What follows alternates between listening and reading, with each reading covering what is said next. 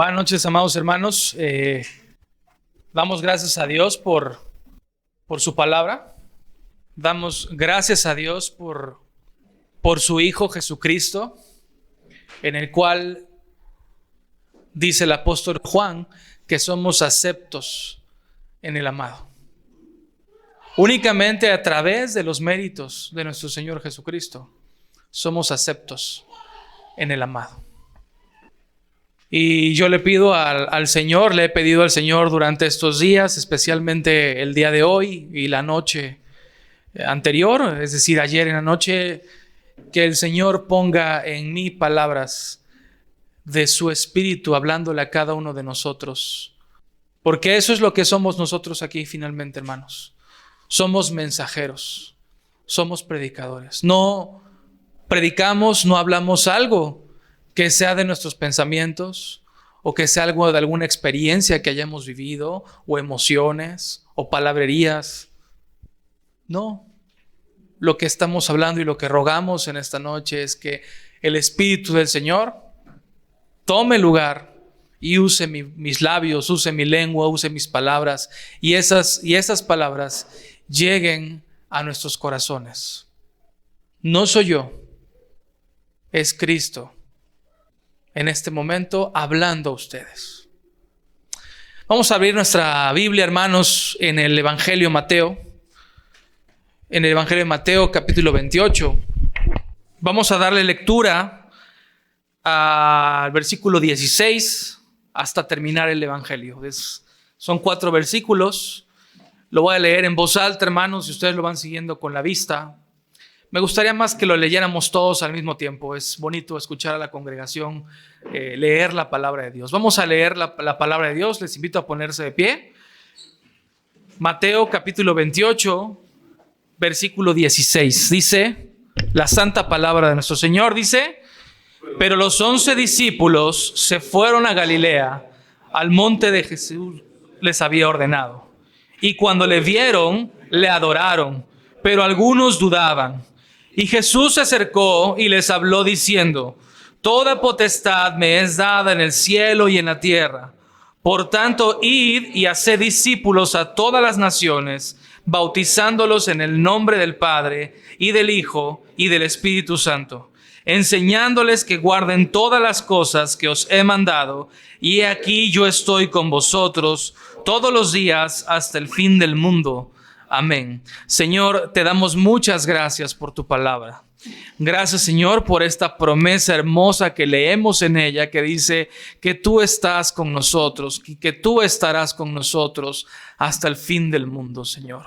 Te rogamos que este tiempo, Señor, en todo lugar, estés tú presente, Señor, en nuestras mentes, en nuestros pensamientos, en nuestro corazón, Señor. Sabemos que hay muchísima incertidumbre en nuestros corazones que nos aquejan todos los días, las situaciones económicas, las situaciones familiares, problemas, circunstancias que vivimos todos los días como hombres en este mundo caído, Señor, en este mundo lleno de corrupción, en este mundo lleno de pecado.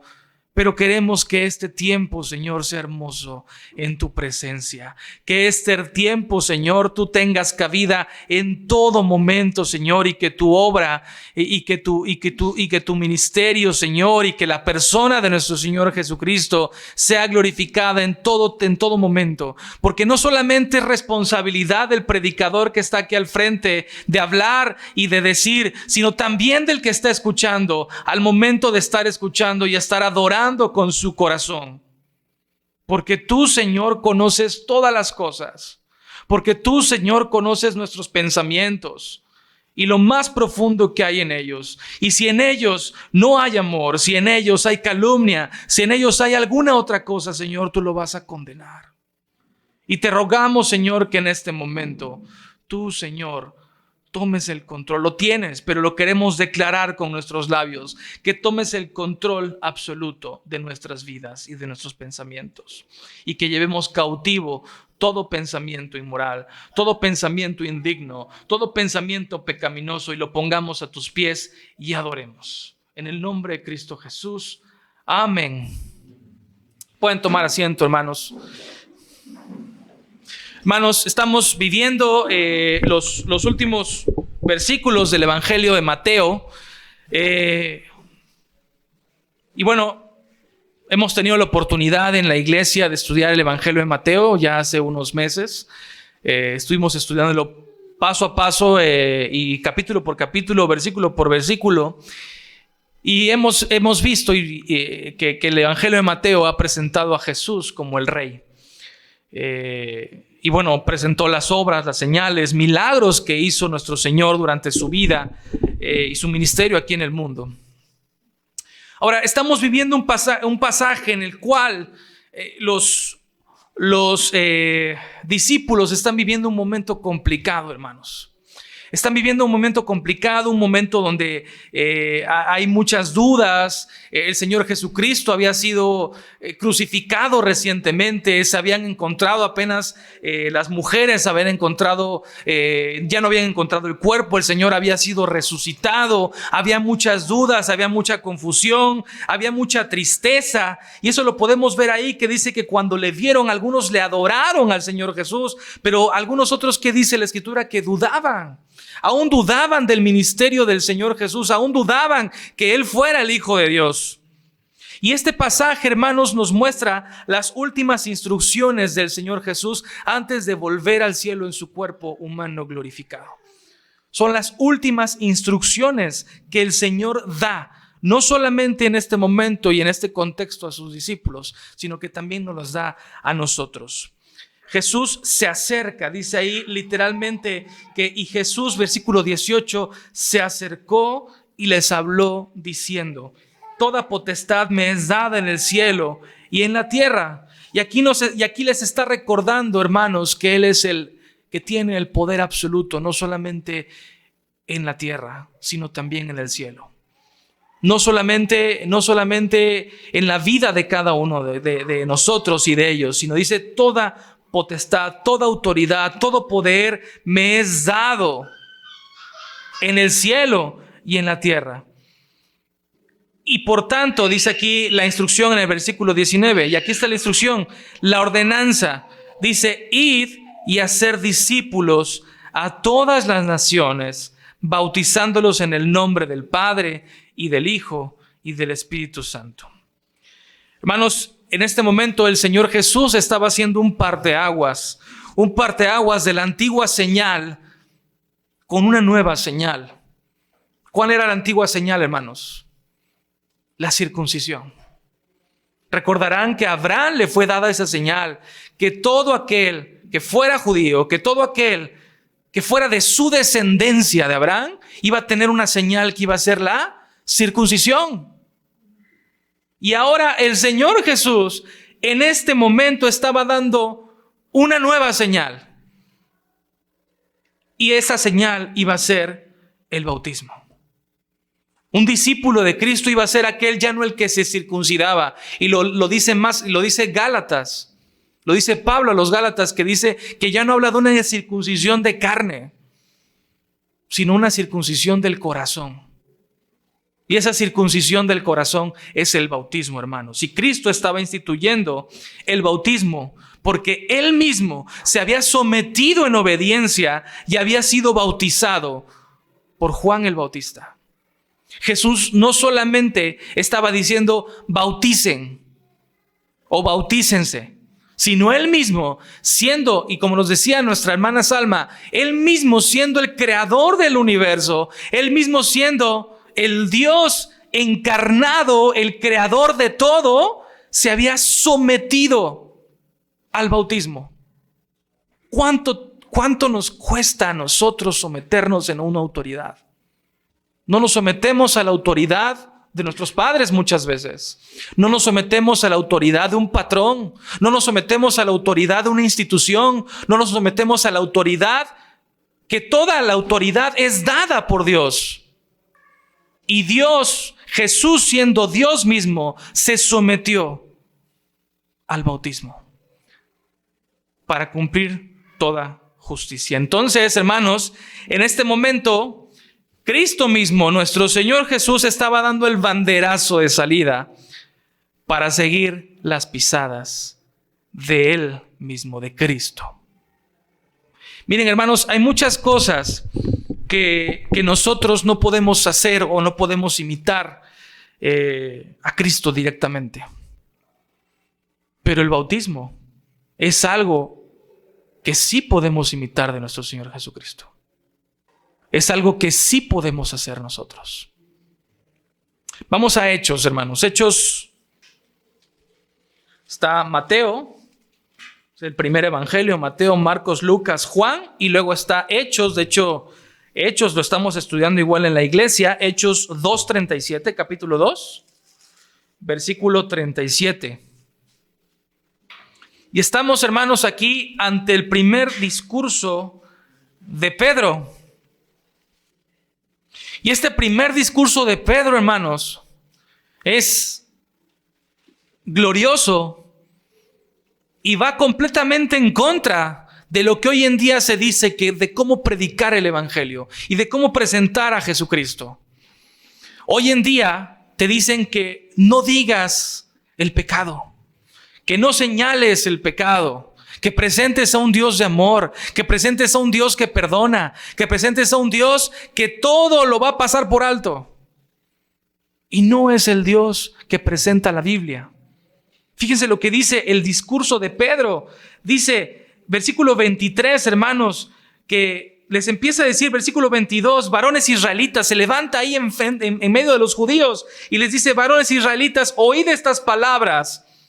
Y son gente que sabían lo que habían hecho, que habían crucificado, que habían matado a Jesús. Y les dice, escuchad, Jesús Nazareno, estoy en el versículo 22, varón aprobado por Dios entre vosotros con las maravillas, prodigios y señales que Dios hizo entre vosotros por medio de él, como vosotros mismos sabéis, a este entregado por el determinado consejo y anticipado conocimiento de Dios, prendisteis y matasteis por manos de inicuos, crucificándole. No se guarda absolutamente nada Pedro. Y les dice, no calumnias, no chismes, no palabrerías. Les dice cara a cara lo que ellos habían hecho con Jesús. Dice versículo 36, hermanos. Sepa pues ciertísimamente toda la casa de Israel, todos los judíos, toda la gente que había estado ahí viendo cómo Jesús era crucificado. Dice, sepa pues ciertísimamente toda la casa de Israel que a este Jesús a quien vosotros crucificasteis, Dios le ha hecho Señor y Cristo. Y nosotros decimos, amén.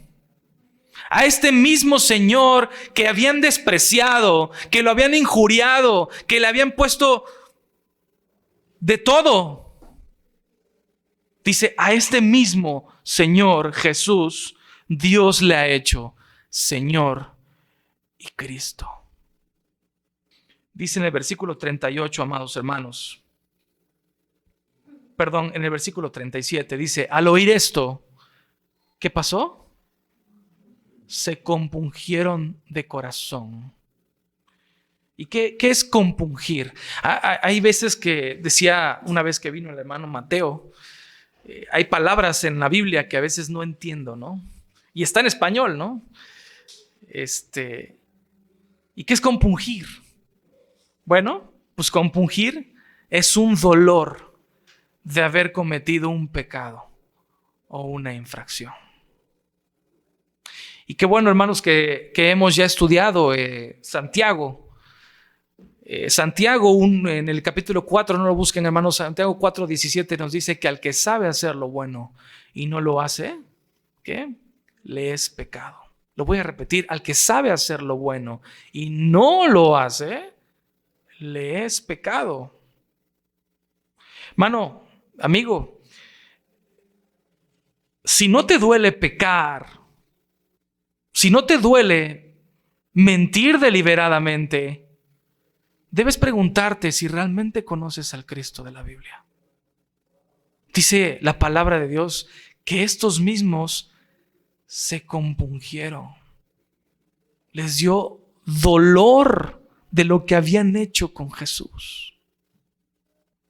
y le preguntaron a Pedro, ¿qué haremos? Y esa es la pregunta que nos tiene que posicionar, hermanos. ¿Qué haremos? Quizá preguntándose si aún tenían una esperanza de salvación por lo que habían hecho. ¿Y qué les dijo Pedro? Versículo 38. Y Pedro les dijo, arrepentíos y ahí está, hermanos. Arrepentíos y bautícense. Hay un requisito. Hay una condición, hermanos, antes de ser bautizados. Y es que Dios exige un corazón arrepentido. Y muchas veces, hermanos, pensamos que para bautizarnos tenemos que tomar un curso, o para bautizarnos tenemos que estar en una predicación y levantar la mano y pasar al frente y que oren por nosotros y ahora sí ya nos podemos bautizar. O para bautizarnos tenemos que hablar con los diferentes ancianos y líderes de la iglesia. Bueno, hay protocolos, pero lo que dice la Biblia, dice literalmente, arrepentíos y bautícense. Y es que un corazón arrepentido es reconocer que he pecado contra Dios y saber que yo no puedo en mis fuerzas resolverlo, sino que necesito de Cristo para poder resolverlo. Estar arrepentido, hermanos, estar arrepentido no es precisamente lágrimas de mis ojos. Estar arrepentido no es que estoy sentado en una iglesia, en una congregación, o estoy escuchando una música muy hermosa y me llega al corazón y empiezo a llorar y empiezo a decir, Señor, sí, me estoy compungiendo, me está doliendo quizá en ese momento. Pero si salgo de la iglesia y sigo pecando deliberadamente, no estoy arrepentido.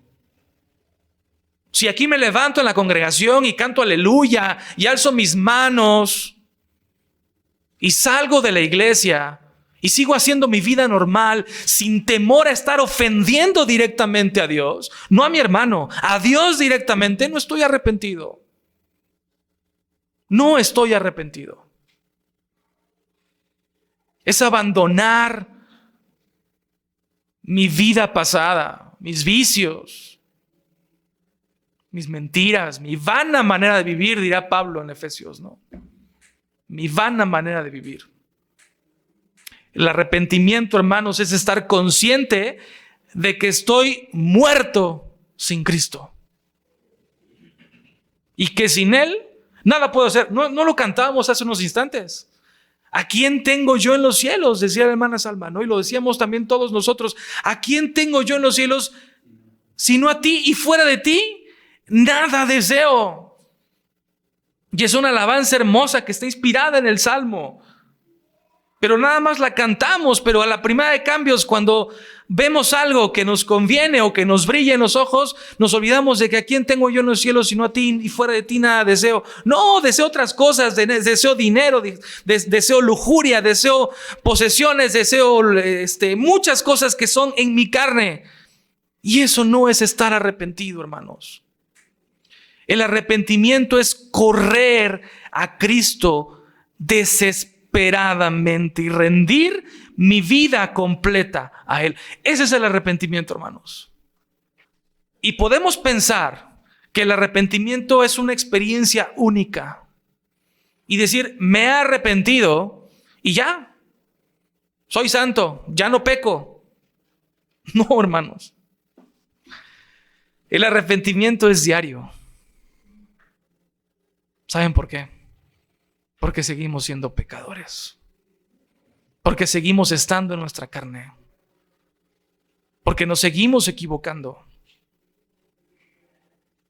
Pero en el momento que estoy equivocándome, tenemos el Espíritu que está dentro de nosotros, que nos reprende y nos dice, arrepiéntete. Amada congregación, amados hermanos, amados amigos, si tú no sientes nada de esto en tu corazón de lo que estamos hablando ahorita, si no te interesa en lo absoluto de lo que está hablando el predicador al frente, el mensajero de Cristo, déjame decirte que aún estás muerto. Aún estás en tu naturaleza pecaminosa, siguiendo la corriente de este mundo. Y lo que debes hacer es orar a Dios para que Él te conceda el arrepentimiento. Escuchen esto, hermanos. Para que Él te conceda el arrepentimiento. Hermanos, el arrepentimiento no es algo que sea nuestro. Hechos 11:18 nos dice que el arrepentimiento Dios lo da. No es algo que naturalmente tengamos. Ahí habla de que Dios dio el arrepentimiento a los gentiles. ¿No es cierto? O sea, no es algo que los gentiles hayan dicho, vamos a decidir arrepentirnos, ¿no? El arrepentimiento.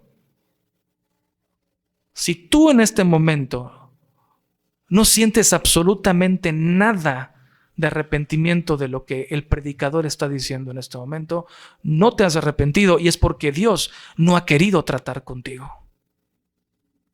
Y eso es terrible, hermanos. Estás condenado, estás en muerte. Y la única forma de poderlo hacer es diciéndole, Señor, ten misericordia de mí. Yo quiero arrepentirme. Yo quiero ser tu hijo. Pon en mi corazón ese sentimiento de al momento de quebrar tu mandamiento, arrepentirme y dolerme de estarte ofendiendo de manera diaria. Con mis pecados, con mi andar, con mi palabra, con mis pensamientos. Porque apenas estoy escuchando un predicador, a Sugel Michelén, fíjense. Y estaba escuchando a Sugel y decía, estamos en Cristo, hermanos. Y cantamos alabanzas y leemos la palabra y estamos contentos, pero de repente nos llegan pensamientos horribles en nuestra cabeza. Suicidas, pensamientos de matar, pensamientos. Y yo digo, si a este hermano le sucede esto, pues ahora comprendo por qué a mí también me sucede. Porque necesitamos a Cristo todos los días. Porque necesitamos a Cristo cada momento, cada minuto, cada segundo. Y una vez que Dios te ha concedido el arrepentimiento, dice Pedro, debes bautizarte. Vamos a Hechos 18, versículo 18, 25. No es Hechos 18. Bueno, ahorita lo encuentro. Es un pasaje. Si alguien me ayuda a encontrarlo, es el relato de cuando Pablo y Silas son encarcelados y están con el carcelero y empieza a haber un terremoto y el carcelero quiere quitarse la vida. Y Pablo les dice, detente, todos estamos acá. Gracias, hermano. Gracias, hermano. Gracias, hermano. 16:25, el versículo estaba bien. Hechos 16:25. Y dice ahí en el 25, dice, pero a medianoche orando Pablo y Silas, ¿qué hacían? Cantaban himnos a Dios y los presos los oían. Yo ayer estaba terminando de preparar el sermón, hermanos, y era ya de noche. Y me llamaba la atención, no era medianoche, pero ya era noche. Y decía, bueno, qué hermoso, la noche, ¿no? La noche, estos hermanos, en la noche, Pablo y Silas, que estaban encarcelados, que estaban privados de su libertad, no estaban diciendo, Señor, ¿por qué me tienes acá encarcelado? ¿Y por qué? ¿Y por qué? ¿Y por qué? ¿Y por qué no? Estaban diciendo, estaban cantando, estaban adorando a Dios, estaban cantando himnos a Dios. Y los presos oían. Eso es algo que atrapó mi corazón. Y el relato sigue, hermanos. Dice que en el terremoto, dice, entonces sobrevino de repente un gran terremoto. Estoy en el versículo 26.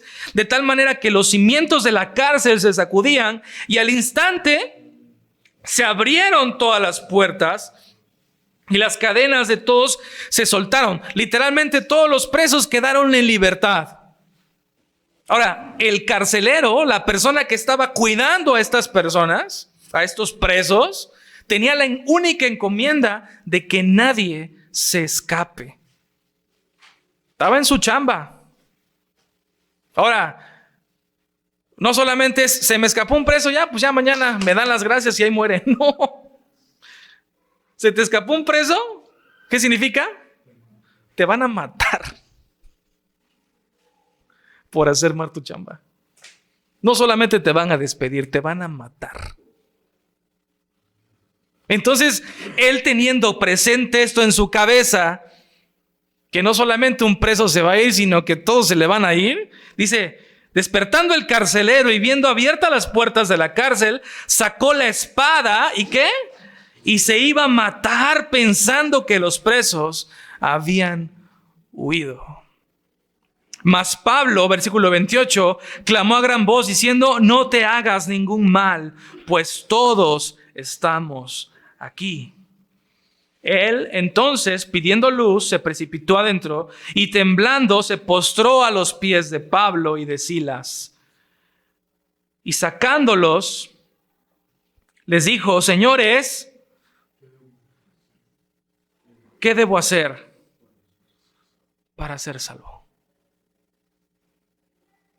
Hay un sentimiento o hay una confesión muy similar a lo que acabamos de leer, de los que se compungieron y que dijeron, ¿qué haremos?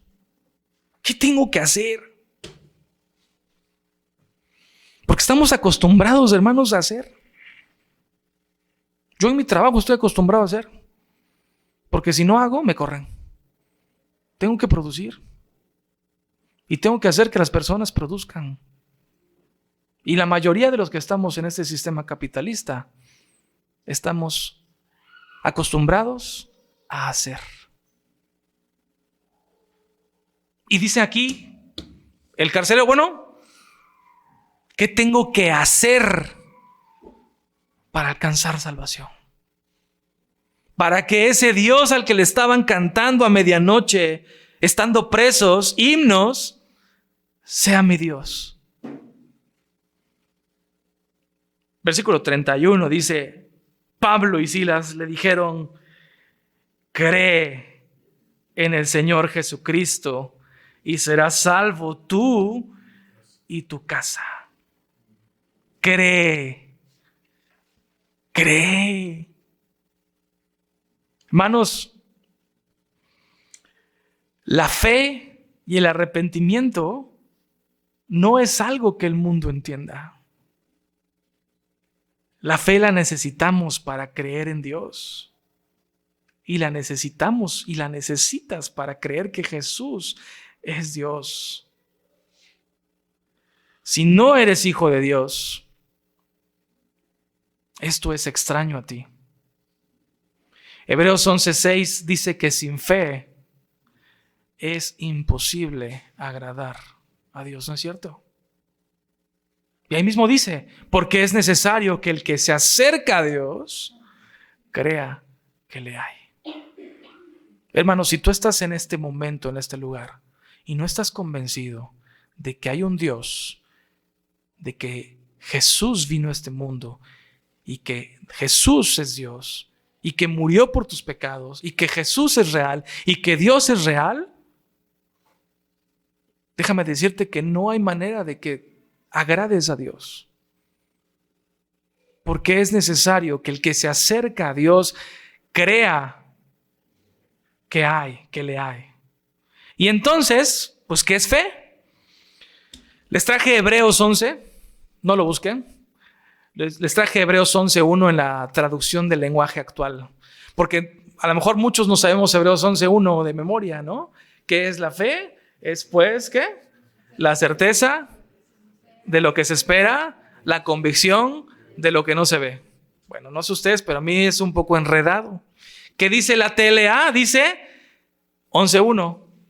Confiar en Dios es estar totalmente seguro de que uno va a recibir lo que espera. Es estar convencido de que algo existe aun cuando no se puede ver. Hermanos, estamos convencidos de que Dios es real, aunque no le hayamos visto. Pero sí vemos sus obras, pero sí vemos su creación. Como lo mencionaba al principio nuestra hermana Salma, vemos el universo, vemos la grandeza del universo. Estaba yo leyendo en la tarde que los científicos han descubierto que el universo es una burbuja cósmica dentro de millones de burbujas. Y a veces nos preguntamos, bueno, ¿y por qué Dios se fijó en nosotros que somos nada? Bueno, es para mostrar su grandeza y su infinita misericordia y su infinita gracia de vernos a nosotros insignificantes y amarnos y salvarnos. Y vemos la grandeza de sus obras y vemos lo diminuto también. Estaba yo viendo un video hace unos días de la gestación de un ser humano. Si eso no te mueve a creer en Dios, que hay un creador, es imposible que agrades a Dios. Porque sin fe es imposible que agrades a Dios. Hermano, y si no tienes fe, y si no crees, déjame decirte que también no es algo que tú produzcas. ¿Qué dice Efesios 2:8? Dice que la fe es un don de Dios. ¿Qué significa que es un don de Dios? Que es algo que Dios nos da. Es algo que Dios produce en nosotros. Entonces,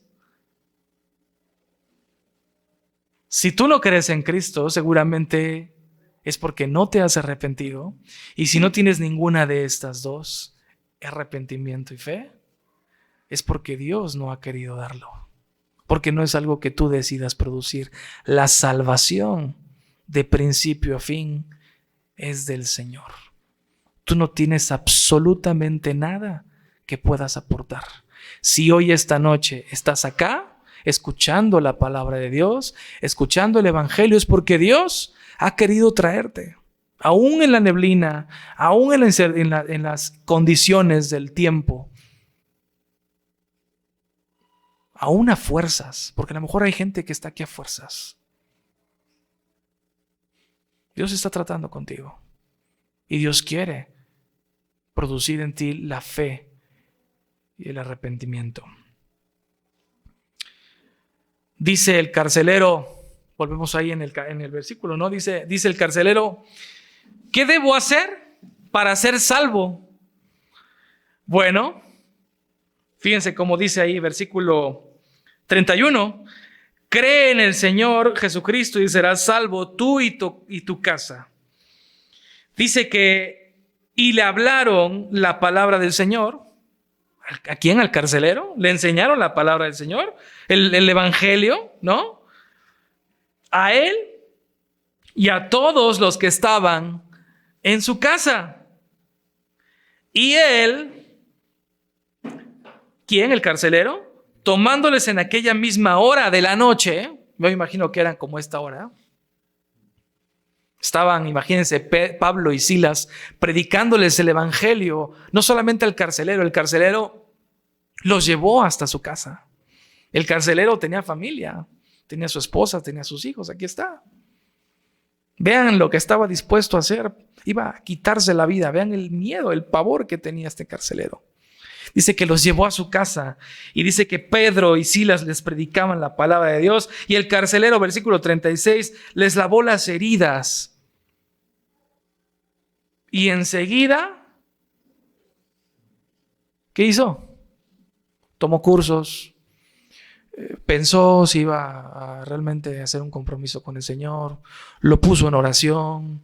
Le pidió a los hermanos que oraran por él para ver si era la mejor decisión que iba a hacer. Se tomó unos días y enseguida, ¿qué?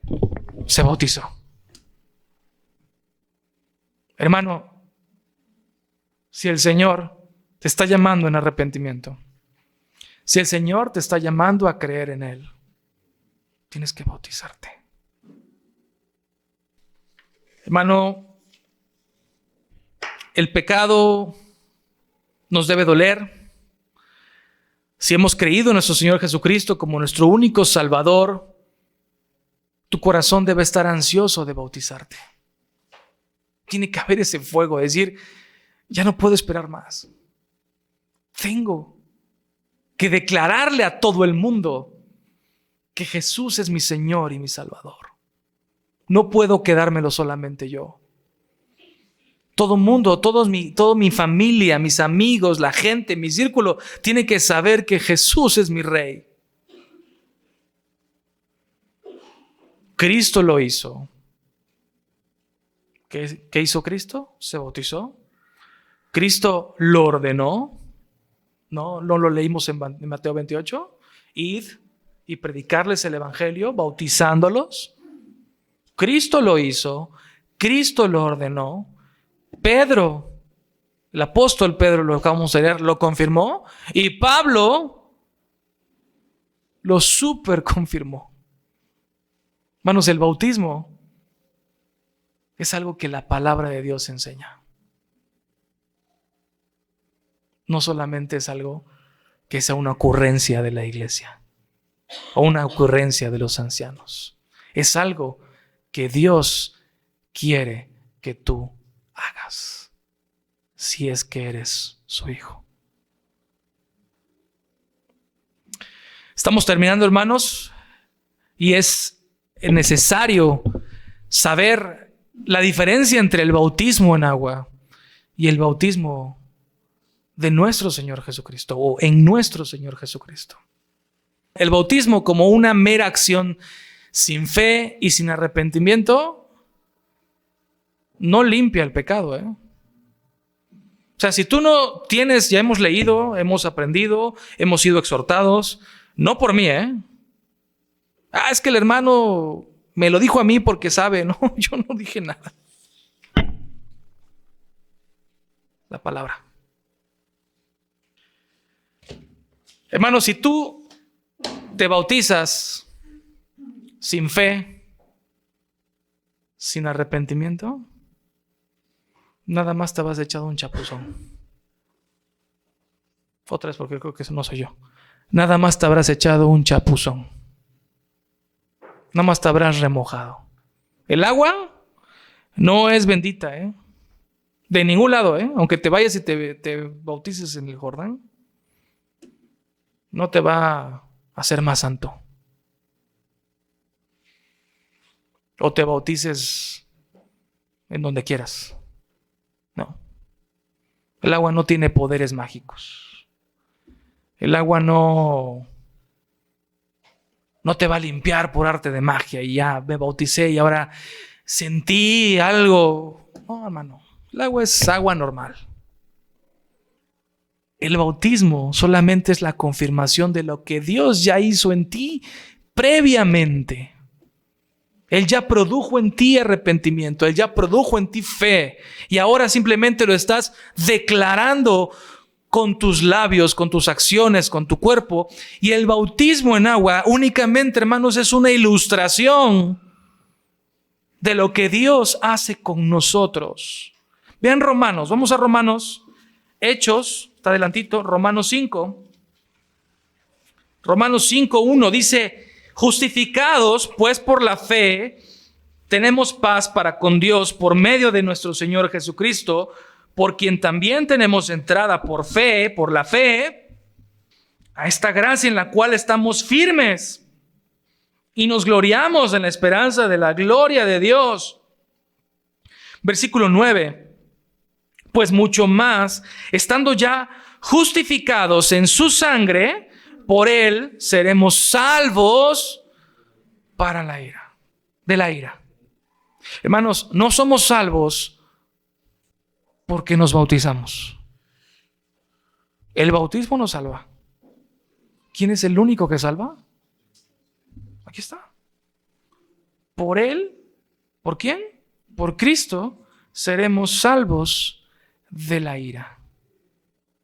Romanos 6, ahí mismo dice, versículo 3: ¿o no sabéis que todos los que hemos sido bautizados en Cristo Jesús, hemos sido bautizados en su muerte, porque somos sepultados juntamente con Él para muerte por el bautismo, a fin de que como Cristo resucitó de los muertos por la gloria del Padre, así también nosotros andemos en vida nueva.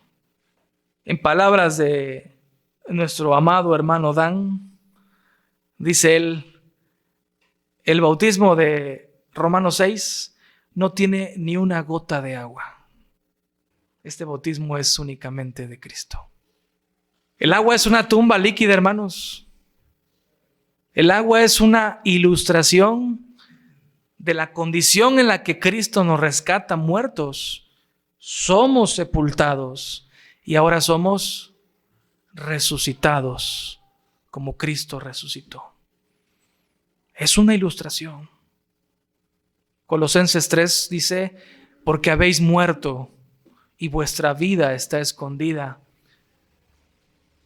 con Cristo en Dios. Gálatas, Pablo lo dice a Gálatas 2:20, dice, con Cristo estoy juntamente crucificado. Y ya no vivo yo, mas vive Cristo en mí, el cual me amó y se entregó a sí mismo por mí. Hermanos, si tú eres un verdadero cristiano, le has entregado tu vida completa a Cristo. Escuchen esto, hermanos. Cristo nos da una nueva vida.